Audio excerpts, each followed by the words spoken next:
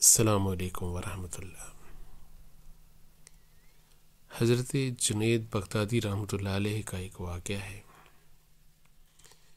کہ ایک نوجوان لڑکا جو بڑا محنتی تھا اور مذہب کے بارے میں بڑا اچھا عالم تھا اور شوق رکھتا تھا کہ اللہ تعالیٰ سے رابطہ اچھا ہو جائے اور اس کو وہ فیض و کرم حاصل ہو جو کہ صالحین کو حاصل ہوتا ہے، تو اس نے اس سلسلے میں بہت سارے مشاہدات کیے، مجاہدات کیے، مسلسل تگ و تاز کی، مگر اس کو وہ مقصد حاصل نہ ہو سکا جس کا وہ طلبگار تھا۔ بڑے بڑے مشائخ، بڑے مکتب، بڑی خانقاہوں سے رجوع کیا، مگر وہ اپنا مقصد نہ پا سکا۔ آخرکار تھک ہار کے اس نے فیصلہ کیا کہ وہ اس مقصد کے لیے آخری کوشش کرے گا اور حضرت جنید بغدادی رحمۃ اللہ علیہ جیسے ہستی کے پاس جائے گا۔ اگر وہ یہ گوہر جوگانا اس کو مل گیا تو فاوہا، ورنہ وہ یہ کوشش ہمیشہ کے لیے ترک کر دے گا۔ اسی نیت کے ساتھ، ماضی کی اپنی اذیتوں کے ساتھ، جفا کشیوں کے ساتھ خانقاہ میں حاضر ہوا اور کہا کہ حضور، بہت ہمت ہار چکا ہوں اور مایوسی کے قریب ہوں، اور آخر تھک ہار کے آخری امید کی کرن آپ کے پاس ہے۔ نیت یہ ہے کہ میں آپ سے اکتساب فیض کروں، آپ میری رہنمائی فرمائیے۔ تو آپ نے فرمایا، تمہارے مشاہدات، مجاہدات، تمہاری یہ تگ و تاز بہت اچھی ہوگی، میرے ہاں تو ایسا کچھ نہیں۔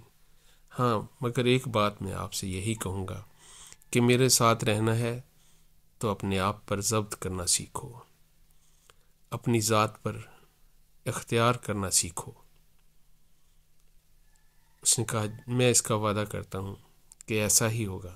آپ نے فرمایا، بس یہی ایک شرط ہے، یہی ایک مشاہدہ ہے، یہی ایک مجاہدہ ہے۔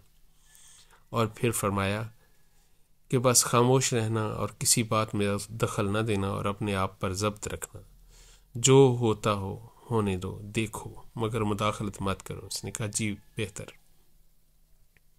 اور پھر ایسا ہی ہوا۔ آپ نے ایک بالٹی اٹھائی اور کنویں میں پانی لینے کے لیے چلے اور کہا کہ اے نوجوان، آؤ میرے ساتھ۔ تو اس نے جو کر دیکھا اس پہ بڑی مشکلوں سے ضبط کیا اور پھر چل دیے، اور پھر ایک کنویں کے پاس گئے اور کہا کہ یہاں بیٹھ جاؤ اور بس خاموش رہنا، دیکھنا، مداخلت مت کرنا۔ پھر آپ نے وہ بالٹی یا ڈول کنویں میں ڈالا اور اچھی طرح ادھر ادھر گھمایا تاکہ اس میں پانی بھر جائے۔ جب کھینچا تو بالٹی یا وہ برتن خالی تھا۔ انہوں نے پھر دوبارہ ڈالا اور پھر اس کے اندر پانی میں ادھر ادھر کا زنجیر کے ساتھ گھمایا اور پھر کھینچا تو پھر خالی آیا۔ یہ نوجوان وہاں دیکھ رہا تھا۔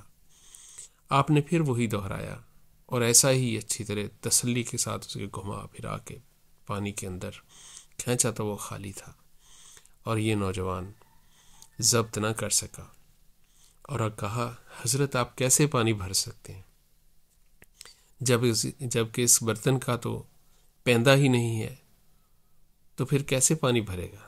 آپ نے فرمایا، بس تیرے اور میرے معاہدے کے درمیان اب کچھ باقی نہیں رہا، اس لیے تم جاؤ، کیونکہ تم اپنی پہلی شرط ہی پوری نہ کر سکے، اس لیے اب تمہارے اور میرے درمیان کوئی تعلق نہیں۔ یہ نوجوان بڑا افسردہ ہوا اور کہا کہ میں اتنی چھوٹی بات پر بھی اختیار نہیں رکھ سکا، اور پھر خانقاہ سے نکل گیا۔ اور باہر کسی نے مشورہ دیا کہ آخر تو اپنے نفس پر قابو ہی نہ رکھ سکا، اپنے آپ کو برتر سمجھتا رہا اور ایک چھوٹی سی بات نہ تو سمجھا سکا، جا واپس، اور یہی ایک راستہ ہے۔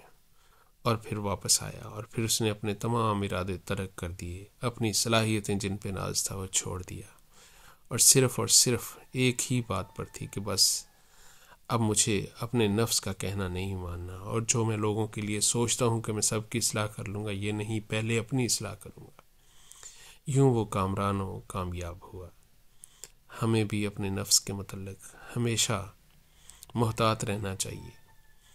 اپنے مجاہدات میں سب سے بڑا مجاہدہ اپنے نفس کے خلاف ہی ہے۔ اللہ ہمیں اپنے نفس کو اپنے اختیار میں رکھنے کی توفیق دے، آمین۔ السلام علیکم ورحمۃ اللہ۔